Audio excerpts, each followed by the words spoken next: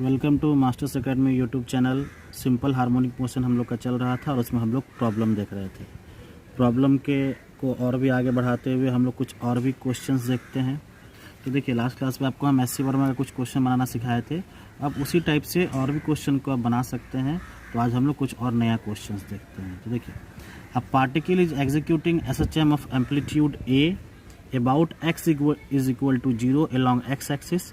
Find position of particle when its kinetic energy is equal to potential energy. तो क्या कह रहा है कि कोई पार्टिकल है जो कि SHM एग्जीक्यूट कर रहा है, ठीक है, और उसका एम्पलीट्यूड क्या है a, about x is equal to 0 along x axis के along find the position of the particle when its kinetic energy is equal to potential energy. तो हमें बताना है कि कौन से पोजीशन पे पार्टिकल का काइनेटिक एनर्जी और पोटेंशियल एनर्जी बराबर होगा। तो जैसा कि हमें पता है कि पोटेंशियल एनर्जी कितने के बराबर होता है 1/2 kx² और काइनेटिक एनर्जी किसके बराबर होगा 1/2 ka² - x²। k का मतलब आप लोग जानते हैं k is equal to m omega square, ठीक है, k is equal to m omega square होता है। तो इसलिए काइनेटिक एनर्जी बराबर क्या हो जाएगा 1/2 m ओमेगा स्क्वायर x²। ये पोटेंशियल एनर्जी बराबर एक्चुअली पोटेंशियल एनर्जी बराबर क्या हो जाएगा 1/2 m ओमेगा स्क्वायर x²। और इसी k को हम लोग बोलते हैं m ओमेगा स्क्वायर, इसलिए हम यहाँ पे काइनेटिक एनर्जी बराबर 1/2 kx² लिख दिए हैं, ठीक है। वही तरीके से ये पोटेंशियल एनर्जी बराबर 1/2 kx² लिखा हुआ है। तो काइनेटिक एनर्जी बराबर भी m ओमेगा स्क्वायर की जगह हम लोग k यूज़ कर लेंगे। यहाँ पे m ओमेगा स्क्वायर दिख रहा है, यहाँ पे k इस्तेमाल कर लेंगे। तो जैसा कि हम लोगों को मालूम है कि x इज इक्वल टू 0 पे काइनेटिक एनर्जी जो है वो पोटेंशियल एनर्जी के बराबर हो जाएगा। तो देखिए, potential energy is equal to kinetic energy. तो पोटेंशियल एनर्जी बराबर क्या होगा 1/2 kx² और काइनेटिक एनर्जी बराबर 1/2 ka² - x²। तो पोटेंशियल एनर्जी के वैल्यू को हम यहाँ पे लिख लिए, इसको आप इंटू कर दिए 1/2 k से। तो इंटू करने के बाद हमारे पास ये आ जाएगा 1/2 ka² - 1/2 kx²। तो आप इसको इधर ले आइए, ये क्या हो जाएगा, ये ऐड हो जाएगा और ये 1/2 ka² हो जाएगा। तो जो कटने वाला टर्म है आप कट कर सकते हैं। 1/2 kx² प्लस 1/2 kx² कितना हो जाएगा kx², और ये 1/2 ka² के बराबर हो जाएगा। तो k से k को कैंसिल कर दीजिए। तो x का जो हमारा वैल्यू होगा वो होगा +- a/√2। इसका क्या मतलब हुआ कि जो हमारा काइनेटिक एनर्जी जो पोटेंशियल एनर्जी होगा वो बराबर होगा कौन सा पोजीशन पे a/√2 पे। a/√2 मतलब कि ये अगर है मीन पोजीशन, तो इस यहाँ पे भी x is equal to a/√2 पे, और यहाँ पे भी नेगेटिव साइड में, पॉजिटिव साइड में भी a/√2 और नेगेटिव साइड में भी x is equal to a/√2 हमारा काइनेटिक एनर्जी और पोटेंशियल एनर्जी क्या होगा बराबर हो जाएगा। उस तरीके से और भी क्वेश्चंस हम लोग देखते हैं। देखिए, rod is exhibiting torsional oscillation if 2 masses of mass m are placed, it reduces oscillation frequency by 20%. Find the ratio of m by m, small m by m, ठीक है। तो देखिए, ये क्वेश्चन क्या है, rod is executing torsional oscillation. सबसे पहले तो समझ लीजिए कि टॉरिजनल ऑसिलेशन होता क्या है। तो टॉरिजनल ऑसिलेशन जैसे कि जनरली आप लोग जानते हैं कि कोई भी चीज़ किस तरीके से ऑसिलेट करेगा, इस तरीके से, ठीक है, इस तरीके से ऑसिलेट करेगा। अब देखिए ध्यान से, ऐसे ऑसिलेट करेगा, ठीक है, या फिर इस तरीके से ऑसिलेट करेगा, इस तरीके से ऑसिलेट करेगा। तो ये जो टॉरिजनल ऑसिलेशन है ये कुछ इस तरीके से ऑसिलेट करेगा, इस तरीके से, समझिएगा ध्यान से, इस तरीके से ऑसिलेट करेगा, ठीक है। ये कुछ ऐसा ही सिस्टम यहाँ पे रखा हुआ है। तो यहाँ पे क्या कह रहा है कि कोई रॉड है और उस पर अगर दोनों पॉइंट पे स्मॉल मास m पुट कर दिया जाए तो उसका 20% जो है वो फ्रीक्वेंसी कम हो जाता है। तो हमें रेशियो निकालना है small m by m। Small m क्या है, वो जो मास जो उस रॉड पे रखा गया है, और कैपिटल M क्या है, वो मास जो कि उस रॉड का मास है। तो चलिए पहले तो हम फिगर बना लेते हैं। फिगर देखिए, ये कुछ इस तरीके से है, ये रॉड है, इसका मास है m। तो जरा पहले समझिए, जब ये मास नहीं रखा हुआ था तब हमारा एंगुलर फ्रीक्वेंसी क्या होगा। When mass is not kept, तो हमारा एंगुलर फ्रीक्वेंसी कितना होगा ω1 = √k/i। के बाय आई का मतलब क्या है, चूंकि क्या होता है omega is equal to root under k by m होता है। चूंकि यहाँ पे रोटेशनल एसएचएम हो रहा है तो मास की जगह पे हम लोग क्या यूज़ करते हैं, तो मोमेंट ऑफ इनर्शिया। आपको याद होना चाहिए कि मास का जो एनालॉगस होता है वो मोमेंट ऑफ इनर्शिया होता है, इसलिए ओमेगा 1 बराबर रूट अंडर के बाई ए। और रॉड का मोमेंट ऑफ इनर्शिया आप लोग को याद होना चाहिए क्या होगा, ml square by 12। Moment of inertia of rod is ml square by 12। तो इस तरीके से तो ओमेगा 1 इज इक्वल टू के बाई आई, और के और आई का वैल्यू हम लोग ml स्क्वायर मतलब एल, इसका इस रॉड का लेंथ है 2l, इस रॉड का लेंथ है 2l, तो ml स्क्वायर मतलब 2l का स्क्वायर बाई 12, तो 12 को ऊपर लेके चले जाएंगे तो ओमेगा 1 का वैल्यू कितना हो जाएगा, root under 3 k by ml square, root under 3 k by ml square. ठीक है, समझ में आ रहा है सभी को। तो चलिए अब जब स्मॉल मास को हम लोग रख देते हैं तब क्या होगा ये देखिए दोनों साइड जब स्मॉल मास को हम रख देंगे और L/2 डिस्टेंस पे, जो हमारा जो मीन पोजीशन है रॉड का उसके L/2 डिस्टेंस पे दोनों साइड से स्मॉल मास को रख दिए, तब हमारा क्या वैल्यू होगा, एंगुलर फ्रीक्वेंसी क्या होगा। तो इसके लिए एंगुलर फ्रीक्वेंसी के लिए आपको फॉर्मूला बता चुके हैं, omega is equal to root under k by m. तो यहाँ पे देखिए तीन बॉडी हो गया, एक तो रॉड हो गया और दूसरा 2 मास हो गया, तो तीनों ही मास का हम लोग मोमेंट ऑफ इनर्शिया ऐड कर देंगे। तो omega 2 is equal to root under k by I होता है। तो आई पहले तो रॉड का मोमेंट ऑफ इनर्शिया ये कितना हो जाएगा, m 2l स्क्वायर बाई 12। फिर छोटा वाले मास का मोमेंट ऑफ इनर्शिया वो कितना हो जाएगा, ml स्क्वायर बाई 2। चूँकि मोमेंट ऑफ इनर्शिया क्या होगा, m r स्क्वायर होता है, तो r की जगह पे यहाँ पे कितना है l/2, तो हम यहाँ पे लिखेंगे m l/2 का स्क्वायर प्लस m l/2 का स्क्वायर। तो इस तरीके से हम ओमेगा 2 निकाल लेंगे। अब ओमेगा 2, चूँकि देखिए ये क्या कह रहा है कि जो हमारा 20% है वो कम हो जाएगा, मतलब 20% कम हो जाएगा, मतलब कि अब इसके पास कितना बचा, 80% बचा। तो हम लोग लिख सकते हैं ना, omega 2 is equal to 80% of omega 1, omega 2 is equal to 80% of omega 1। तो ओमेगा 2 बराबर कितना हो जाएगा, 80/100 ऑफ ओमेगा 1। तो omega 2 is equal to 0.8 of omega 1। अब इन दोनों ही वैल्यू को आप लोग देखिए और इन दोनों वैल्यू को यहाँ पे पुट कीजिए और स्मॉल m/m का रेशियो आप लोग निकाल सकते हैं आसानी से। तो कुछ इस तरीके से हम लोग प्रॉब्लम को बना सकते हैं। ठीक है, चलिए अब आगे हम लोग और भी 1-2 क्वेश्चंस और देख लेते हैं। देख लीजिए, a particle execute SHM with amplitude 5 centimetre when particle is at 4 centimetre from mean position magnitude of its velocity in SI unit is equal to that of its acceleration, its periodic time will be। तो देखिए कोई particle है वो SHM execute कर रहा है और उसका एम्पलीट्यूड कितना है 5 सेंटीमीटर। जब पार्टिकल 4 सेंटीमीटर पे हो फ्रॉम मीन पोजीशन तो उसका वेलोसिटी का जो मैग्नीट्यूड है उसके SI यूनिट के एक्सेलरेशन के बराबर है। तो हमें बताना है इसका टाइम पीरियड। तो मान लीजिए कि ये हमारा कोई पार्टिकल और एसएचएम एग्जीक्यूट कर रहा है कुछ इस तरीके से, तो ये इसका मैक्सिमम एम्पलीट्यूड हुआ। तो जब ये 4 सेंटीमीटर पे होगा, तो इसका कितना टाइम पीरियड होगा हमें वही निकालना है। तो देखिए चूंकि a बराबर 5 सेंटीमीटर, तो एक्सेलरेशन बराबर फार्मूला होता है a is equal to minus omega square x, ये आप लोग को मालूम है। तो और वेलोसिटी बराबर कितना होता है, omega root under a square minus x square. ठीक है, तो a is equal to minus omega square x, चूँकि x का वैल्यू दिया हुआ है 4, तो यहाँ पर हम लोग लिख लेंगे माइनस ओमेगा स्क्वायर इंटू 4।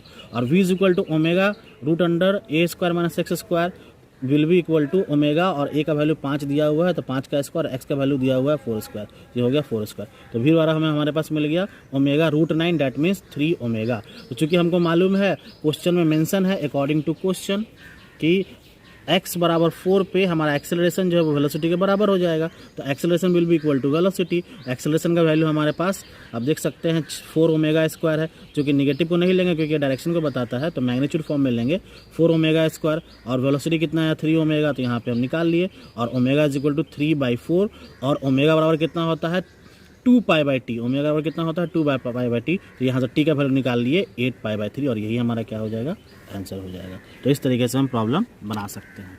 अब एक और क्वेश्चन देखते हैं हम लोग। A particle undergoing SHM has time independent displacement given by x is equal to a sin πt/90 degree, ratio of kinetic energy to potential energy at t equal 200 second. ठीक है, तो क्या कह रहा है, अब पार्टिकल जो है कोई पार्टिकल एसएचएम एग्जीक्यूट कर रहा है और ये टाइम डिपेंडेंट है। ये जो टाइम डिपेंडेंट है और इसका डिस्प्लेसमेंट कितना दिया हुआ है, x is equal to a sine pi t by 90 degree. तो हमें क्या निकालना है, ratio of kinetic energy to potential energy at t equal to 210 second. जब t बराबर 210 सेकेंड होगा तो हमें काइनेटिक एनर्जी और पोटेंशियल एनर्जी का रेशियो निकालना है। तो देखिए हमारे पास डिस्प्लेसमेंट का इक्वेशन क्या होता है, x t is equal to a sine omega t, और वेलोसिटी का इक्वेशन क्या होता है, a omega cos omega t. तो काइनेटिक एनर्जी बराबर फॉर्मूला क्या होगा, 1/2 mv square. Kinetic energy will be equal to 1/2 m, और चूंकि v का वैल्यू यहाँ पे दिया हुआ है तो इसको आप स्क्वायर कर दीजिए। तो kinetic energy will be equal to 1/2 m omega square a square cos square omega t. और पोटेंशियल एनर्जी बराबर क्या होता है, 1/2 k x square, that means 1/2 k a square sine square omega t. चूंकि x का वैल्यू हम लोग यहाँ पे डाल देंगे तो इसको हम लोग स्क्वायर कर देंगे। अब दोनों का रेशियो निकाल लीजिए। तो kinetic energy by potential energy, kinetic energy के वैल्यू को यहाँ पे पुट कर दीजिए और पोटेंशियल एनर्जी के वैल्यू को पुट कर दीजिए। जो कटने वाला टर्म होगा उसको कट कर दीजिए। तो देखिए cos square omega t by sine omega t, cos square omega t by sine omega T.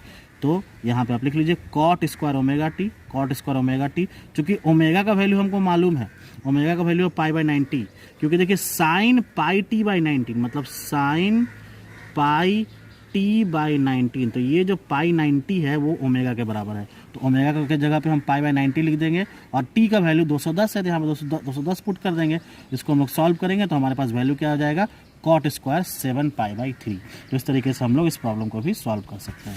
अब देखिए अब कुछ टिपिकल प्रॉब्लम में हम लोग चलते हैं जो कि बैक ईयर आईआईटी में पूछा हुआ है। इस क्वेश्चन को देखते हैं, ध्यान से देखिएगा किस तरीके से ये बनाया जाएगा। तो सबसे पहले देखते हैं ये क्वेश्चन क्या है। अब देखिए एक ब्लॉक है, एक ब्लॉक जो कि स्प्रिंग से लगा हुआ है, स्प्रिंग से लगा हुआ है, और ये 4.9 मीटर तक है। ये इसका जो लेंथ है वो 4.9 मीटर है, और उससे कुछ दूरी पे एक पेबल, पेबल का मतलब स्टोन होता है, एक पेबल रखा हुआ है, स्टोन ये यहाँ पे रखा हुआ है, और ये इस सरफेस के साथ 45 डिग्री का एंगल बना रहा है और उसको v वेलोसिटी से लॉन्च किया गया है। ठीक है, तो बताना है कि जब इसको लॉन्च किया जाएगा और जब इस ब्लॉक को स्ट्रेच किया जाएगा तो time t is equal to 1 second में ये कब एक दूसरे को क्या करेगा, मतलब टच करेगा। ठीक है, क्वेश्चन को एक बार पढ़ लेते हैं। This block is stretch to x equal to 0.2 metre. ये जो है ब्लॉक को यहाँ से 0.2 मीटर तक आगे बढ़ा दिया गया, एंड रिलीज्ड फ्रॉम रेस्ट, और वहाँ से छोड़ दिया गया। At t equal to 0 the block execute SHM and angular frequency is omega equal to pi by 3। और जो ब्लॉक है वो SHM एग्जीक्यूट करने लगेगा, क्योंकि ब्लॉक को आप ऐसे खींचिएगा तो इस तरीके से SHM एग्जीक्यूट करने लगेगा। At t equal to 0 pebble is projected, और यहाँ पे पेबल को प्रोजेक्ट किया गया। If both meets at t equal 1 second then find velocity v। तो आपको बताना है कि जब दोनों ब्लॉक और ये पेबल स्टोन जब 1 सेकेंड के बाद मिलेगा तो इस पेबल मतलब स्टोन का वेलोसिटी क्या होगा, ये हमें बताना है। तो देखिए इसको किस तरीके से बनाया जाएगा, बड़ा बारीकी से देखिएगा कैसे इसको हम लोग बनाएंगे। तो पहले इसका हम लोग एक रफ डायग्राम बना लेते हैं। देखिए मान लीजिए कि अभी ये जो है ये अपने मीन पोजीशन पे था, ये जो ब्लॉक अपने मीन पोजीशन में था, तो अब इसको 0.2 मीटर खींचा गया, मतलब 0.2 मीटर खींचा गया। और एक बात ध्यान रहे, क्वेश्चन में ये भी मेंशन है कि इसका यहाँ से जो दूरी है ब्लॉक ये स्टोन का और जहाँ से स्प्रिंग बंधा हुआ है उसका वो टोटल 10 मीटर है। तो अब देखिए कि इसको 0.2 मीटर तक हम इसको खींचे तो ये 0.2 मीटर आ गया।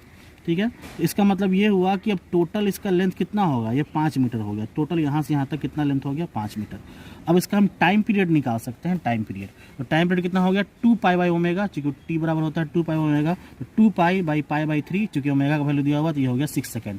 What do you mean by 6 second? 6 second का क्या मतलब हुआ, 6 सेकंड का मतलब ये हुआ कि 3 सेकंड इधर और 3 सेकंड इधर, 3 सेकंड इधर और 3 सेकंड इधर, मतलब 3 सेकंड तक इधर जाएगा और 3 सेकंड तक इधर जाएगा, मतलब 3 सेकंड इधर और 3 सेकंड इधर, तभी SHM एग्जीक्यूट करेगा। समझ में आ रहा है सभी को? तो जब 3 सेकंड इधर हुआ तो उसका हाफ कितना हो जाएगा, तो वो हो जाएगा 1.5 सेकंड, उसका हाफ हो जाएगा 1.5 सेकंड। आप यहाँ पर देख सकते हैं उसका हाफ हो जाएगा 1.5 सेकंड। ठीक है, और एक चीज़ आप लोग को याद होगा, आपको हम बताए थे कि जब भी कोई पार्टिकल अपने मैक्सिमम पोजीशन पे होता है तो वहाँ पे उसका वेलोसिटी 0 होता है, और जैसे जैसे वो अपने मीन पोजीशन पे आता है तो उसका वेलोसिटी क्या होते जाता है, बढ़ते जाता है। तो वेलोसिटी बढ़ते जाता है, इसका मतलब ये हुआ कि जैसे ही वो अपने मीन पोजीशन पे आएगा तो उसका वेलोसिटी बढ़ते जाएगा, और डिस्टेंस को वो काफ़ी कम समय में कवर करेगा, किसी भी डिस्टेंस को वो काफ़ी कम समय में कवर करेगा। ठीक है, तो इस तरीके से हम कह सकते हैं कि ये जो चूँकि ये 0.2 मीटर है तो ये इसको आप आधा कर दीजिए तो ये हो जाएगा 0.1 मीटर, और ये भी हो जाएगा 0.1 मीटर। तो 0.1 मीटर कवर करने में इसको मान लीजिए 2t लगा, तो नेक्स्ट 0.1 मीटर कवर करने में कितना लग जाएगा टी, क्योंकि मैक्सिमम पोजीशन से आने में स्पीड कम होता है और फिर मीन पोजीशन तक जाने में स्पीड बढ़ जाता है, तो इसलिए हम कह सकते हैं टी। ठीक है, तो टी का मतलब क्या हुआ, 2t का मतलब क्या हुआ कि ये 1 सेकेंड कवर किया और ये कितना समय कवर किया 0.5 सेकेंड। क्लियर है। तो अब हम इस स्टोन का रेंज निकालेंगे। रेंज स्टोन का रेंज कितना हो गया, फॉर्मूला आपके पास है, range is equal to V square sine 2 theta by G, और रेंज हमारे पास 5 है और V square sine 90 degree. V square चूंकि हमको वी निकालना है और साइन 2 थीटा 45 डिग्री, तो साइन 90 और जी का वैल्यू 10, तो यहाँ से वी का वैल्यू आप निकाल लीजिए। वी का वैल्यू कितना हो जाएगा √50 मीटर पर सेकेंड। तो इस तरीके से हम इसके वैल्यू को निकाल सकते हैं। ठीक है, एक और प्रॉब्लम है उसको भी देख लेते हैं। और हाँ, ये क्वेश्चन जो है ये IIT 2012 में पूछा हुआ था। किन्हीं को डाउट होगा तो वो कमेंट बॉक्स में जाके पूछ सकते हैं। चलिए एक और क्वेश्चन देखते हैं। 2 blocks pulled by distance A, Q oscillates without slipping. What is the maximum value of frictional force? Option में दिया हुआ KA/2, KA μs mg 0। देखिए एक 2 ब्लॉक है, एक P है और एक Q है। एक P है और एक Q है। P के ऊपर में Q है और यहाँ पे क्या है, ये रफ सरफेस है और Q से ये स्प्रिंग अटैच है। तो इस Q को खींचा गया तो मैक्सिमम A तक, मतलब इसका जो एम्पलीट्यूड है वो A तक। आप देख सकते हैं 2 ब्लॉक्स पुल्ड बाय डिस्टेंस से। 2 ब्लॉक का क्या मतलब हुआ कि दोनों ब्लॉक साथ में मूव कर रहा है और ये A तक आया। तो बताना है कि मैक्सिमम फ्रिक्शनल फोर्स कितना लग रहा है। ठीक है, तो देखिए इसका एक रफ हम लोग डायग्राम बना लेते हैं। तो जब इसको स्ट्रेच किया जाएगा तो ये आप ब्लू कलर में देख रहे होंगे, ये Q है और ये P है। तो ये मैक्सिमम पोजीशन A पे आया। जब A पे आया तो इस पे फोर्स लगना स्टार्ट हो जाएगा। कितना फोर्स, फ्रिक्शनल फोर्स स्प्रिंग में कितना फोर्स लगता है K। तो इस तरीके से K, चूंकि KX है तो कितना ये डिस्प्लेस हुआ था A, तो इसलिए यहाँ पे हम लोग लिखेंगे KA। ठीक, तो इसके लिए Q बॉडी के लिए हम इसका एबीडी बना सकते हैं। इधर लगेगा KA फोर्स और इस डायरेक्शन में लगेगा फ्रिक्शनल फोर्स। इस डायरेक्शन में हमारा लगा फ्रिक्शनल फोर्स। तो KA minus F is equal to MA। मान लीजिए कि इधर हमारा एक्सेलरेशन हो गया और इसका मास है M और दोनों ही ब्लॉक का मास सेम है, तो ये हो गया हमारा MA। इसको आप इक्वेशन 1 मान लीजिए। और इस वाले ब्लॉक पे चूँकि इसका डायरेक्शन भी इधर ही होगा, इस वाले ब्लॉक पे उल्टा डायरेक्शन में फ्रिक्शनल फोर्स लगेगा। ठीक है, तो F is equal to MA हमारा फॉर्मूला ये क्या हो जाएगा, equation F is equal to MA, इसको आप इक्वेशन 2 मान लीजिए और इक्वेशन 1 को इक्वेशन 2 से माइनस कर दीजिए। तो हमारे पास क्या आएगा, KA minus 2F is equal to 0 and KA is equal to 2F। तो इसका मतलब F बराबर KA/2, मतलब कि option A will be the correct option. तो इस तरीके से इस प्रॉब्लम को हम बना सकते हैं और ये IIT 2004 में पूछा गया था। ठीक है, तो आप लोग भी कोशिश कीजिए घर पे क्वेश्चंस को बनाने का। बाकी नेक्स्ट लेक्चर में आएंगे तो हम लोग नए चैप्टर के साथ आएंगे, साउंड। किन्हीं को डाउट होगा तो वो कमेंट बॉक्स में जाके पूछ सकते हैं ताकि हम उस क्वेश्चन को सॉल्व कर सके। ऐसे आप लोग भी ट्राई कीजिए, SC वर्मा हो या फिर NCERT बुक हो, उसको बनाइए, बैक ईयर क्वेश्चंस को बनाइए और फिर हम लोग स्टार्ट करेंगे नेक्स्ट लेक्चर से नया चैप्टर जो कि होगा साउंड।